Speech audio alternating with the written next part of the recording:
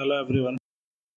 आज का टॉपिक है हाइट एंड डिस्टेंस। ये क्लास सीबीएसई में क्लास 10 में है और आईसीएसई में भी क्लास 10 में, और ये सीबीएसई और आईसीएसई दोनों का पैटर्न में इम्पॉर्टेंट टॉपिक इसलिए कहता है क्योंकि ये मैट्रिकुलेशन एग्जाम में कंपलसरी है। इससे 6 मार्क्स विदाउट एनी फेल आना ज़रूरी है।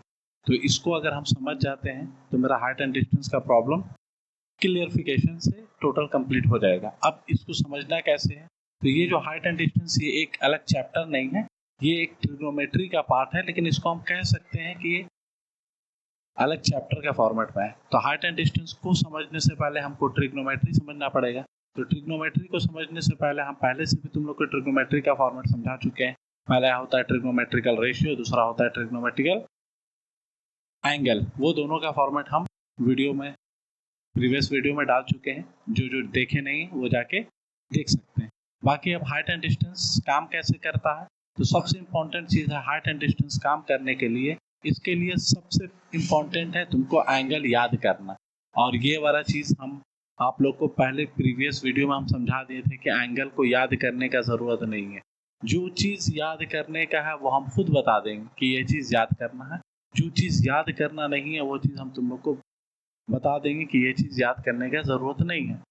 ज़बरदस्ती का मेहनत करके कोई फ़ायदा नहीं। अब हम बोलेंगे कि कोई ट्रॉली अगर हम सर पे लेके घूमेंगे तो आदमी हमको मेहनती नहीं बेवकूफ़ कहेगा, क्योंकि ट्रॉली में चक्का लगा रहता है, आदमी आसानी से टान सकेगा। तो जो चीज़ समझना है उसको अगर हम याद करेंगे तो हमसे बड़ा बेवकूफ़ कोई नहीं है। तो हम जो चीज़ समझने का कैटेगरी है वो चीज़ हम समझा दिए हैं। जो चीज़ याद करने का कैटेगरी है वो चीज़ हम तुम लोग को समझा देंगे कि आराम से याद कर लो, इससे प्रॉब्लम तुम लोग का क्लियर हो जाएगा। और हर चीज़ का एक स्टेज होता है, कोई टाइम में होता है समझने का स्टेज होता है, कोई समय होता है याद करने का स्टेज होता है, कोई समय भूलने का स्टेज होता है। तो ये बाकी सारा कुछ है। तो अब हम हाइट एंड डिस्टेंस टॉपिक पर ट्राई करते हैं। तो हाइट एंड डिस्टेंस टॉपिक कैसे काम करता है, इसका कुछ बेसिक सा फंडा है। वो सब चीज़ को अगर हम क्लियरिफिकेशन कर लेते हैं तो हाइट एंड डिस्टेंस आसानी हो जाएगा समझने में। हाइट से समझ में आता है एक लाइन, वर्टिकल लाइन। कोई भी चीज़ अगर वर्टिकल लाइन के फॉर्मेट से है तो समझो वो चीज़ हाइट के बारे में बात कर रहा हूँ।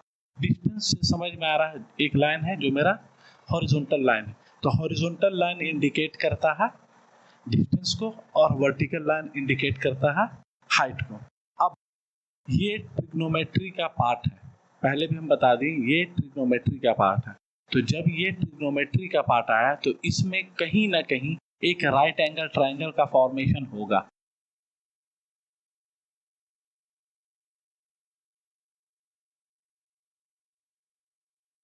तो जब ये राइट एंगल ट्रायंगल का फॉर्मेशन होगा तो इसमें समझ में आ रहा है कि एक एंगल मेरा 90 डिग्री क्रिएट करेगा और दूसरा दो एंगल का सम जो होगा वो 90 डिग्री होगा।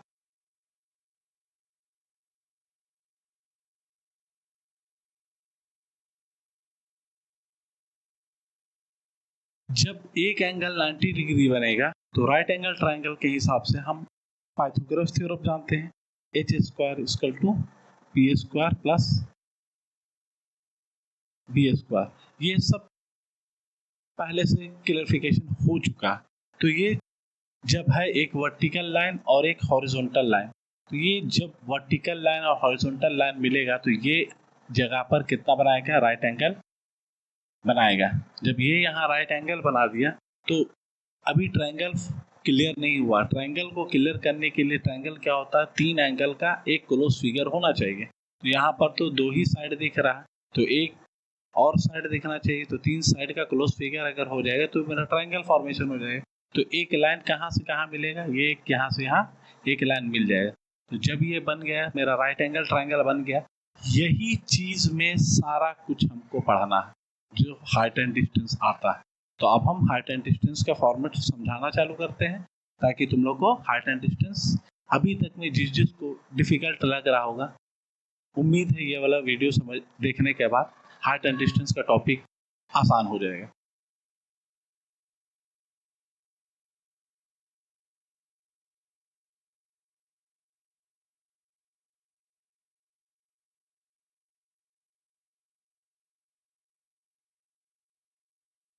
तो हाइट एंड डिस्टेंस में हम पहले बता दिए, एक होता है हाइट,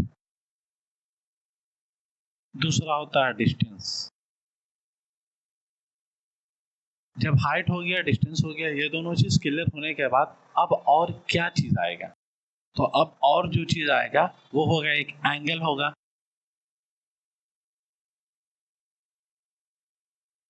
वो एक होगा एंगल। तो एंगल ट्रिग्नोमेट्री टेबल में हम लोग पढ़ चुके हैं कि एंगल का कितना कितना वैल्यू होता है। अब ये एंगल आने के बाद अब ये एंगल भी दो टाइप का हो जाएगा। एक एंगल हो जाएगा जो नया है, वो हम समझा देते हैं। ये होता है एंगल ऑफ इलेवेशन, एक होता है एंगल ऑफ डिप्रेशन। तो ये लाइन हमको नया लग रहा है, एंगल ऑफ इलेवेशन होता क्या है, एंगल ऑफ डिप्रेशन होता क्या है। अगर इसको हम समझ जाते हैं तो और क्लियर हो जाएगा। तो एंगल ऑफ इलेवेशन और एंगल ऑफ डिप्रेशन होता क्या है? सबसे इंपॉर्टेंट चीज, मान लो इस पोजीशन में हम खड़े हैं, ये वाला लाइन को अभी हम नहीं बताते हैं।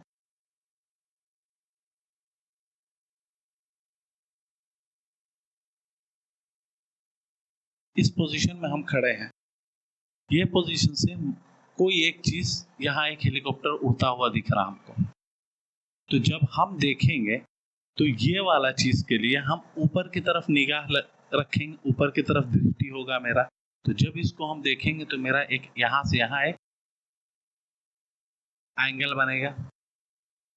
तो जब नीचे से कोई एक एंगल बन रहा है, ये पोजीशन से ऊपर की तरफ जब कोई एंगल बनता है नीचे से ऊपर की तरफ, तो वो होता है एंगल ऑफ इलेवेशन। यही चीज मान लो एक हम बिल्डिंग में खड़े हैं ऊपर में, और यहाँ पर कोई सामान को हम देख रहे हैं, तो ये जो ये हो गया, ये एंगल जो बनेगा ये मेरा डिप्रेशन एंगल बनेगा। ये हो गया एंगल ऑफ इलेवेशन, ये हो गया एंगल ऑफ डिप्रेशन। अब एंगल ऑफ इलेवेशन और एंगल ऑफ डिप्रेशन क्या सेम होगा? एंगल ऑफ इलेवेशन और एंगल ऑफ डिप्रेशन सेम होगा या नहीं होगा? इसका भी सबसे इंपॉर्टेंट बात हो गया। तो इसको समझने के लिए एकदम इजी सा फॉर्मेट है, हम चले जाएंगे क्लास 7 में। क्लास 7 में एक चैप्टर था जिसका नाम था लाइन्स और एंगल। उसमें एक लाइन था जिसको हम कहेंगे अल्टरनेट इंटीरियर एंगल।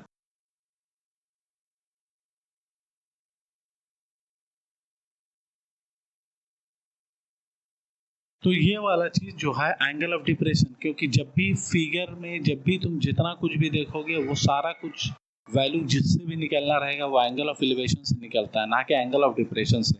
अगर एग्जाम में या क्वेश्चन में एंगल ऑफ एलिवेशन दे दिया है तो हम तो बना सकते हैं, लेकिन अगर एंगल ऑफ डिप्रेशन दे दिया तो बनाना मुश्किल हो जाएगा। क्यों मुश्किल हो जाएगा? क्योंकि डिप्रेशन तो सर दिया ही नहीं था, तो हम बनाएंगे कैसे? तो ये डिप्रेशन जो होगा इसके लिए एक लाइन यहाँ कर देंगे और एक लाइन जो यहाँ है, ये एंगल इज इक्वल टू ये एंगल। क्यों? अल्टरनेट इंटीरियर एंगल क्लास 7 में हम लोग पहले से पढ़ चुके हैं। तो एंगल ऑफ डिप्रेशन अगर 45 डिग्री रहा तो एंगल ऑफ एलिवेशन भी मेरा 45 डिग्री हो गया। यहाँ तक जो चीज समझना था इसको हम समझा दिए। अब हम एक आके एग्जाम्पल से समझा देते हैं कि ताकि ये बनता कैसे।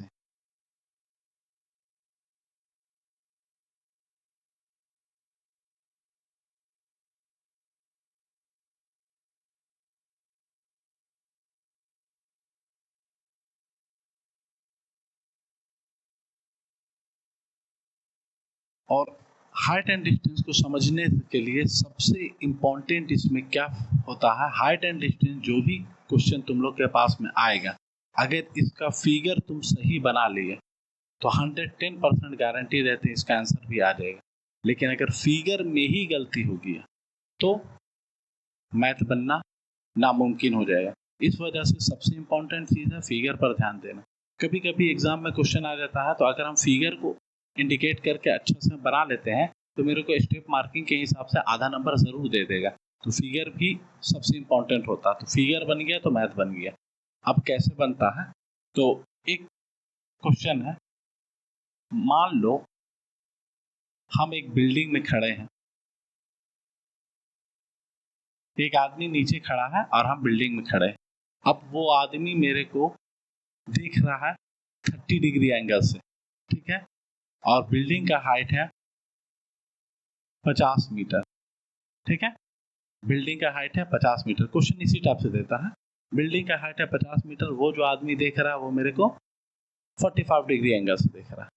तो अब वो आदमी और बिल्डिंग का फुट से कितना दूरी पर खड़ा, मतलब डिस्टेंस निकालना। तो क्वेश्चन के हिसाब से हम समझ गए। तो जो जो क्वेश्चन में दिया रहेगा वो सब हमको राइट डाउन कर लेना है। तो जो जो क्वेश्चन में दिया है तो पहले लिख देंगे direct, height of building equal to 50 metre. अब एंगल ऑफ एलिवेशन, क्योंकि ये वाला चीज यहाँ से देख रहा है, ये वाला चीज यहाँ से देख रहा है, तो हम एक यहाँ पे बना दिए। तो जब ये देख रहा है तो ये एक लाइन बनेगा, ये हो गया 45 degree.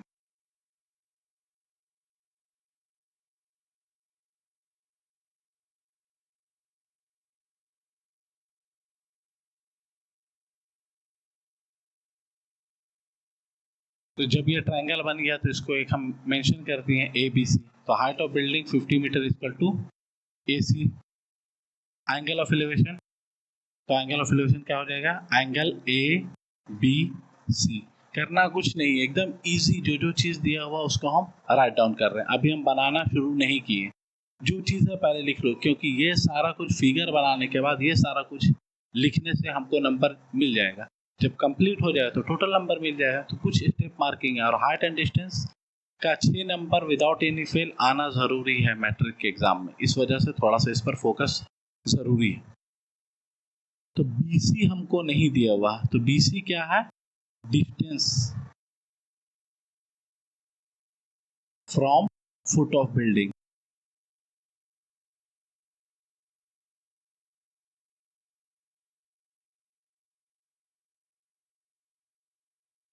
Is equal to BC is equal to x metre. अब हम x क्यों लिए, देखो जब भी हम डिस्टेंस को एक, मेरा फॉर्मेट के हिसाब से हमेशा याद रखना, जब भी बनाओगे कोई दिक्कत नहीं, कोई आदमी h ले लेता है, कोई आदमी x ले लेता है, मेरे हिसाब से जब भी बनाओ हाइट को हमेशा h ले लेना, डिस्टेंस को हमेशा x ले लेना। इससे क्या होगा ना, बनाने में बाद में हमेशा आसानी होगा। हाइट हमेशा h में डोनेट करना और इसको हमेशा x में डोनेट करना। हो गया क्लियर। अब हमको निकालना क्या है, height of the building BC equal to x metre, यही हमको निकालना है। ये क्वेश्चन हो गया। एंगल ऑफ एलिवेशन में बता दिया 45 डिग्री, क्या है, कुछ नहीं किए। फिर हम ट्रिग्नोमेट्रिकल एंगल में जाते हैं। तो ये वाला एंगल के लिए हम लोग एक फॉर्मूला, सारा कुछ का एंगल का वैल्यू हम लोग याद कर चुके हैं, समझ चुके हैं। तो इसमें हम देखेंगे, अगर मान लो हम यहाँ पर लिखते हैं AC बाई BC, बनाना शुरू हो गया, AC बाई BC, AC का वैल्यू पता है 50, BC का वैल्यू हमको निकालना, AC बाई BC।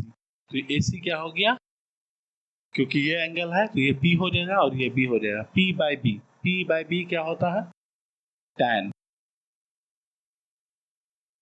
ये वाला वैल्यू कितना है 45। AC by BC equal to tan 45। अब यहाँ पर इसका वैल्यू लिख दिए 50 by BC is equal to 1। तो BC इक्वल टू, कितना मेहनत लगा, बड़ा बहुत ज्यादा लंबा चौड़ा तो है नहीं, मैथ एकदम इजी है। इससे इजी और कुछ है, क्यों, क्योंकि इससे इजी इसलिए आया क्योंकि हम फिगर को मेंटेन कर चुके हैं। फिगर मेरा बन गया, मैथ मेरा बन गया। फिगर नहीं बनेगा तो मैथ मेरा नहीं बनेगा। कुछ कुछ ऐसा होता है जिसको थोड़ा सा क्रिटिकल कंडीशन आ जाता है, वो क्रिटिकल कंडीशन को भी समझना है, तो वो चीज़ भी हम तुम लोग को समझा देते हैं। तो ये वाला चीज़ को हम क्लियर कर चुके हैं। अब क्रिटिकल एंगल को समझने के लिए बनाना तुम ही लोग को है, क्योंकि अगर सारा कुछ हम बना के दे दें तो फ़ायदा हमको होगा, तुमको नहीं होगा, और हम चाहते हैं फ़ायदा तुम लोग को हो। तो जितना ज़्यादा मेहनत करोगे, मैथ एक ऐसा चीज़ है जितना ज़्यादा बनाओगे उतना ज़्यादा तुमको समझ में आएगा और उतना ईजी होने लगेगा। इस वजह से हम सिर्फ टॉपिक को पूरा क्लियर कर देते हैं, और टीचर की तरह हम नहीं करते कि पूरा एक एक क्वेश्चन तुम लोग को बता दें। हम पूरा फॉर्मेट समझा दिए, बनाना तुम लोग को है। कुछ डाउट हुआ तो मेरे से पूछ लो, क्लियर कर देंगे हम, कमेंट सेक्शन में पूछ लेना, सारा कुछ को हम क्लियर कर देंगे। वो भी हम फॉर्मेट समझा देंगे, क्योंकि अगर हम समझा दिए तो तुम बना सकते हो। मान लो कभी कभी एक क्वेश्चन है कि मान लो ये एक बिल्डिंग है, एक आदमी यहाँ खड़ा है और एक आदमी यहाँ खड़ा, ठीक है। तो अब दोनों का फॉर्मेट निकालना। तो पहला चीज,